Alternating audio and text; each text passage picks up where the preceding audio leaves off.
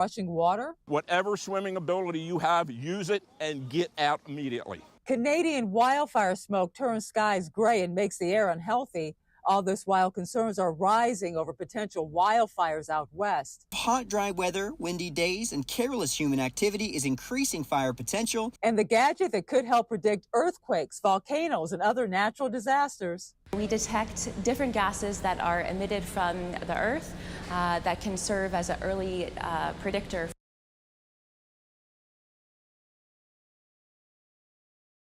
Welcome to the National Weather Desk. I'm Angela Brown. The tropics are heating up this morning. There's a new tropical storm in the Atlantic, and two more could form later this week. Meteorologist Sydney Madison is tracking the tropics for us this morning. Tropical storm Dexter formed yesterday. Now it's a few hundred miles east of North Carolina, continuing to move to the northeast. No threat to our area, no threat to any land actually as it meanders out at sea. Something we're keeping an eye on, watching the other two areas. We see that a tropical wave could move off the coast of Africa later today. From there, show signs of development toward the middle and latter half of the week. Still plenty of time to watch that system. Then right off the southeast coast here, we may see some slight development from an area of low pressure forming. Still plenty of time to watch that as well. No threat right now. Well, over in the Pacific, Tropical Depression 8E is expected to strengthen into Tropical Storm Henrietta later today. At the moment, it's not forecasted to be a hurricane. Right behind it is another area that has a 50-50 chance of becoming a named storm. Now, weekend flash floods in East Alabama left one man dead. Volunteer firefighters say a man tried to drive through a flooded road early Sunday morning. He was able to get out of his car, but his passenger could not. Up to 6 inches of rain fell over a short period of time. Flood watches are posted today for areas of Alabama, Georgia, and also for Florida. People living in the Northeast and Great Lakes regions are facing unhealthy air today. A large area from Maine to Minnesota is under a code orange air quality alert, while portions of the UP in Michigan and northern Wisconsin are under code red. This is all thanks to smoke coming from the Canadian wildfires, and you can really see just how thick that smoke is. Check out Green Bay, Wisconsin this morning. Lambeau Field is set against a very gray sky. To the east, you have Detroit. A thick haze sits over the city as the sun tries to shine through the haze, and a typically gorgeous view in Vermont is full of smoke. Unfortunately, the air will be just as bad tomorrow as well. And fire officials in Oregon are raising an alarm. They are warning about the high fire danger facing the entire state in the next 2 months. Vasily Varlamos reports. Oregon's fire season is far from over. A new outlook from the National Interagency Fire Center, or NIFC, says the entire state of Oregon will face high levels of fire danger. While the end of July provided cooler temperatures, which is easing fire danger for the time being, John Saltenberger with the Northwest Interagency Coordination Center, which partners with NIFC, says things are about to heat up. We are looking at the next weekend, and there's potential for a good heat wave to come to the Pacific Northwest. And things potentially could get more interesting for us for the region, depending upon how long it lasts. The outlook says there is a 40 to 70% chance of above average temperatures in the month of August. Saltenberger says there will be at best average precipitation, which is commonly very little. He added a mix of hot, dry weather, windy days, and careless human activity is increasing fire potential. ODF spokesperson Jessica New Year says that the main areas of concern are southwestern Oregon to central Oregon due to large amounts of lightning as of late. But the high risk in northwestern Oregon is also cause for concern. With the way the outlook looks, having it encompass the whole state, that area is not as used to fires as the Southwest Oregon and Eastern Oregon area. New Year says the cooler weather in recent days has given firefighters some much needed relief. She added that firefighter morale is good, especially with the downtime ahead of the likely busy months ahead. Been pretty lucky this year to have those moments to take a breath, calm down a little bit, reset, and then come back ready for the next fire. Well, this weekend marked 50 years since a record-breaking hot day in New England. Meteorologist Nick Russo takes a look back. Back when long hair and halter tops were in fashion, we experienced the hottest day in New England history, August 2nd, 1975. The mercury soared to 104 degrees in Providence, unofficially jumping up to 106 outside the Old Stone Bank. Around here, it became known as Hot Saturday. It was even hotter in New Bedford, where it hit 107 degrees, a record still unbroken for all of New England. Nantucket reached triple digits for the only time in recorded history. It was enough to make your 57 Bel Air boil over, and your buddy's sedan, well, that couldn't take the heat either. Kids opened up city fire hydrants back when that was a thing, and ladies enjoyed an ice cream cone in that hot afternoon. The sweltering weather in early August 1975 was due to a ridge of high pressure perfectly placed in the mid-Atlantic, bringing south and southwesterly winds pumping in the heat across southern New England. The jackhammer crew worked through the heat while the lucky ones cooled off at the beaches and pools. The records of 104 in Providence and 107 in New Bedford stand to this day, and that's a record most New Englanders would be happy to never break. And here's something cool. A technology company in New York State makes a gadget that can help predict certain natural disasters like earthquakes, volcanic eruptions, and more. Megan Coleman has details from Syracuse. This product is called the Spectrometer MPH, and it's a quadrupole mass spectrometer. If you're confused, let's explain. This high-tech gadget, the Spectrometer MPH, sits inside a clean room at its East Syracuse facility. It's used to monitor different kinds of gases, identifying molecules, chemical reactions, and leaks we can't see. Supporting semiconductor chip manufacturers that produce chips that go inside your phone, computer, or car. Even helping with early detection of natural disasters to help protect the public. Last month, it was placed inside an active volcano at Mount Etna to monitor gases prior to and during eruptions. We detect different gases that are emitted from the Earth that can serve as an early predictor for different types of natural disasters, like an earthquake or a volcano eruption. But its application goes even farther to something truly out of this world. The team from Infocon collaborates with NASA for projects in outer space. This past March, Infocon's device became the first commercial mass spectrometer to land on the moon, helping to search for water on the lunar surface.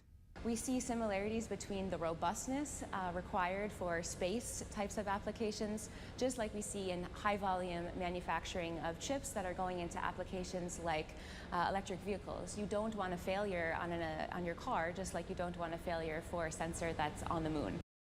And last week, we told you meteorologists recently identified the longest recorded lightning strike in history. It was more than 500 miles long and stretched from Texas to Missouri. Meteorologist A.J. Mastrangelo takes a closer look.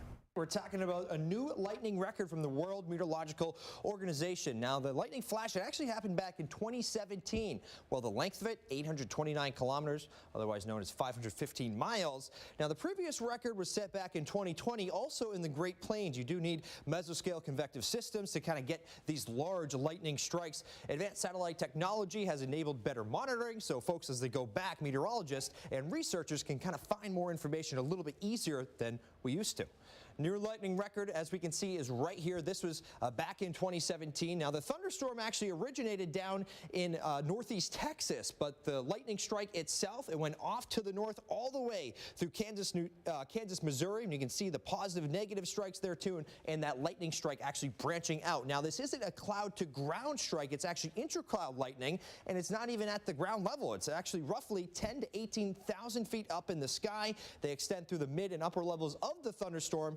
Now, these mega flashes have also been observed in Argentina as well as France, likely China, Australia too, still waiting on confirmation for that. And the mega flashes only really discovered about 10 years ago. Of course, with advancing satellite technology, we'll likely see more instances of this in the future, but some very cool stuff from the WMO. And coming up on the National Weather Desk, it can happen in an instant. Flood waters overtake roads, putting you in danger. We'll show you what to do if you're trapped in a flash flood. And we're going to help you better understand how Saharan dust can impact the formation of tropical storms.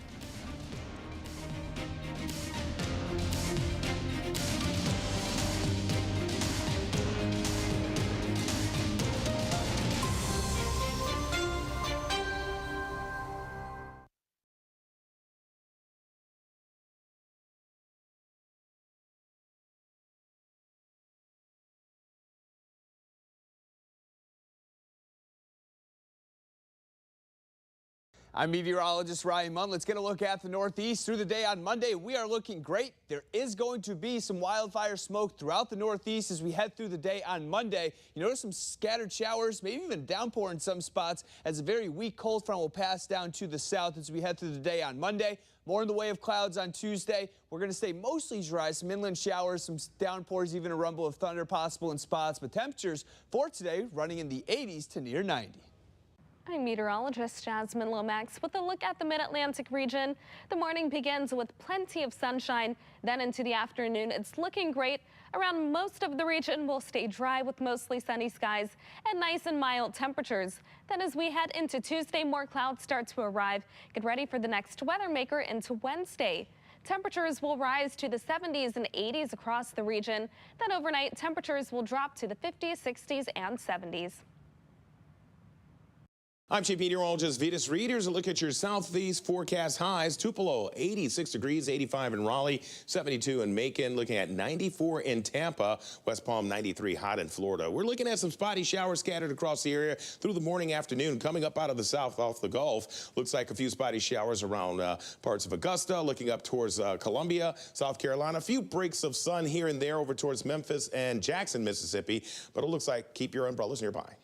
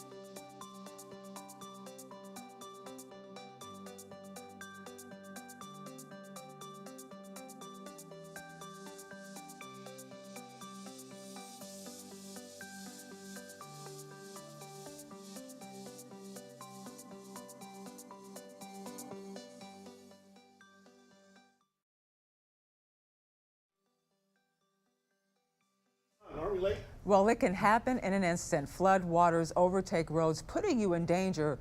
What would you do in this situation? Do you know? Are you prepared to survive a flash flood? Meteorologist Veronica Johnson shows you how to stay alive if you get swept away.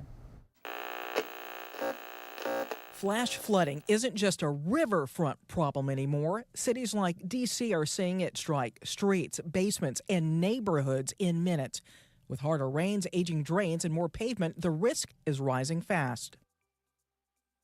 So what should you do if high water comes to you?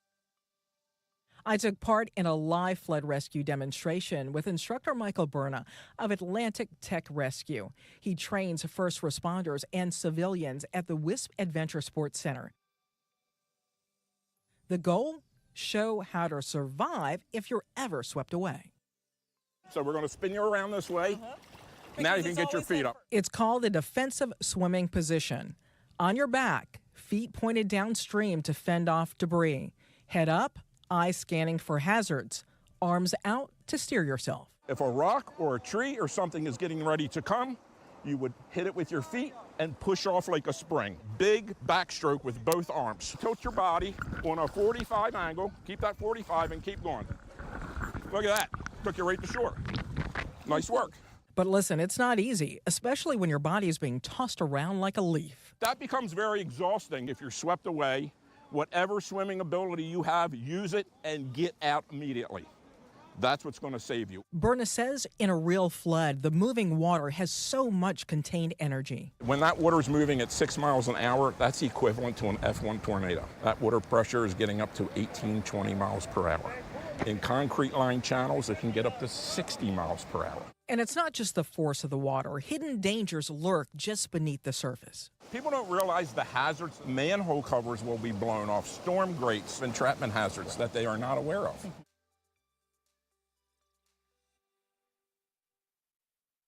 As part of the demo, I was guided into the rapids, gear on, trained rescuers close by. Once I lost my footing, the water took me fast. That was very fast. Surprised at how quickly you go under and have to get it together to see where you are. I would have been under probably more than I was above the water. And when you're in it, there are no rules. Simply survive. There is no magic answer. Floodwater doesn't need hours to become deadly. Just 1 inch of rain over 1 mile area can unleash 17 million gallons of water. Think about that, right? 17 million gallons of water. That's pretty phenomenal. The best thing you can do, don't end up in the water at all. Heed the warning of emergency managers, evacuate, right? If you happen to be caught in this environment and you're swept away, get in that defensive swimming position, right? And try to swim as soon as you can. I feel like what you showed me today is a video that folks should save on their phones and play it at the beginning of every spring, summer season, hurricane season. That's it, and my advice, heed the warning. Flash floods are happening more often and in more places. Know the signs, know your escape routes.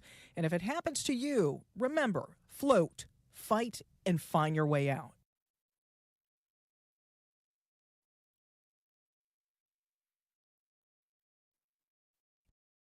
A University of Nebraska professor was recently awarded a 5-year grant to lead research on the impact of rain on snow melt. As Morgan Ostrom reports, the phenomenon can lead to catastrophic flooding. Roy says rain carries energy that can cause rapid snowmelt, which can lead to catastrophic flooding. The work that we are doing is to understand sort of like the characteristics of these rain on snow events, specifically looking into their flood generating potential. While he is looking at the drivers, Roy says understanding the cause can help with the solution. We hope that these findings will help inform policies. This type of flooding happens globally, but it affects the Midwest differently, which is why the study will have tailor-made approaches. Overall, rain on snow events are not widely studied. That's like overall. Even within that, the Midwest is even less studied. So I think this will really add sort of transformative knowledge into this for these events in this region. Many regional economic factors can change the direction of the study, including land changes like drought or industrialization. After the snow melts, then if the water is flowing through a smooth surface versus a rough surface, that runoff pattern will change. The last serious flood in Nebraska was in 2019. Roy says extreme events are hard to predict, saying it relies on patterns. Sometimes we do that in empirical approaches where we look at how things have changed over time, try to understand if there is a pattern or not, and that could be in terms of magnitude, like how high those events are, or in terms of frequencies. Well, North Carolina is known for growing apples, but a new fruit crop is growing in demand. I-10's McMillan has that story. And that crop growing in popularity is peaches. Here at Rainbow Ridge Orchards in Henderson County, they've gone from growing 5 acres to 25 acres in the past 2 decades. They regularly take up 400 baskets of peaches to the Asheville Farmers Market, and they sell out. But the top crop in Henderson County is apples. They bring in $30 million annually.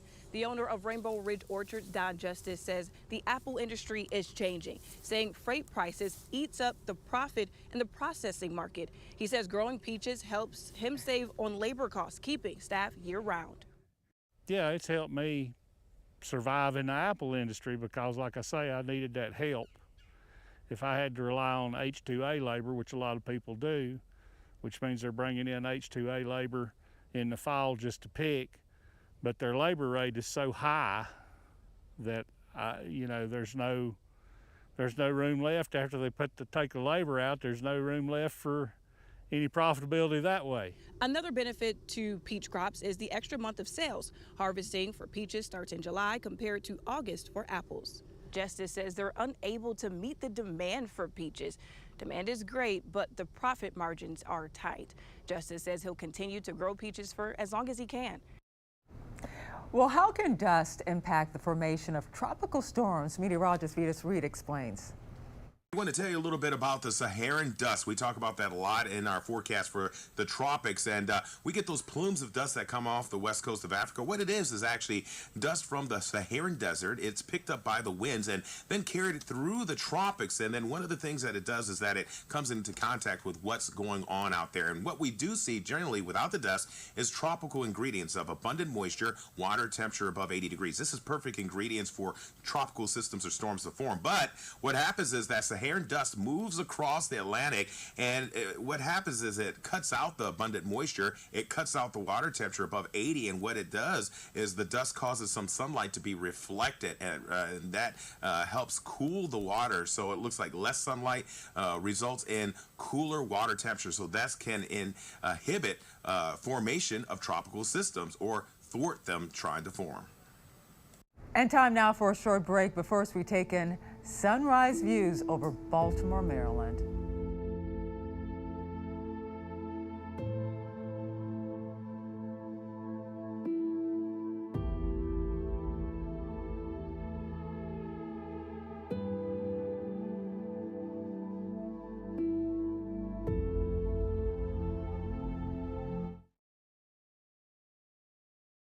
A high-pressure system is going to be controlling the Great Lakes, which the Great Lakes region will be dry, but an upper-level disturbance bringing in some rain showers and thunderstorms for parts of the lower Ohio River Valley. So places like Springfield, Illinois, St. Louis, looking at the chance for some thunderstorms for today. Then for tonight, pretty comfortable temperatures across the region, dropping into those low 60s. Good Monday morning. I'm meteorologist Joe DiCarlo. Look at your forecast across the region. We're watching a rain chance, showers and thunderstorms across portions of East Texas into South Texas, Louisiana through the day today. Temperatures going to be summer-like, 80s and 90s, close to 100 as you work into South and Western Texas. And then as we head into your Tuesday, staying with showers and thunderstorms closer to the Gulf Coast. Otherwise, hot sunshine across the rest of the region. Hey, good Monday morning, everybody. I'm meteorologist Stella Sun. Southwest flow will continue through parts of Utah, bringing the chances for fire danger through parts of the Rocky Mountain West. Meanwhile, thunderstorm chances will increase through parts of Montana, and extreme heat is expected through parts of the desert Southwest. Daytime highs climbing to 112 in Phoenix, 106 in Las Vegas, 70s from San Francisco through LA, and 80s in Spokane and in San Diego. 72 for Seattle. That's the scene from here.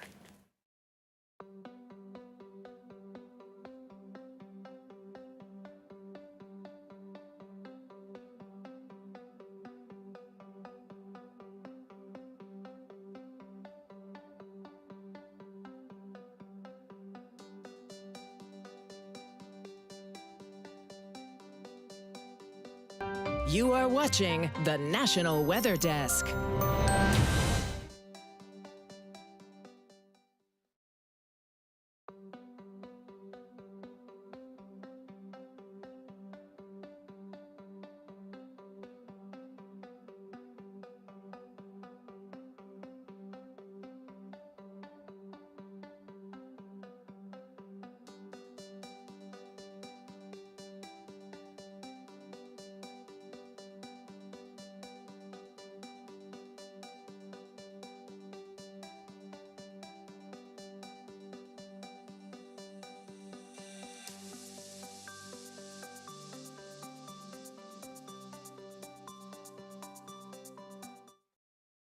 You are watching the National Weather Desk. We talk about the moon frequently on the National Weather Desk, and meteorologist Teresa Carter has a refresher on its phases. Lunar phases are caused by the changing angles at which we view the moon's illuminated surface as it orbits the Earth. The moon doesn't produce its own light, it reflects sunlight, and as it orbits, different amounts of the illuminated side become visible from Earth, creating the various phases. Like Earth, the moon has a day side and a night side, which change as the moon rotates. The sun always illuminates half of the moon while the other half remains dark. But how much we are able to see of that illuminated half changes as the moon travels throughout its orbit. The phases of the moon, new moon, crescent, quarter, gibbous, and full moon, are a regular cycle that repeats approximately every 29 and a half days. And don't forget, you can always find our content on your favorite social media platforms. So search the National Weather Desk on Facebook, YouTube, Instagram, TikTok. We'll be right back.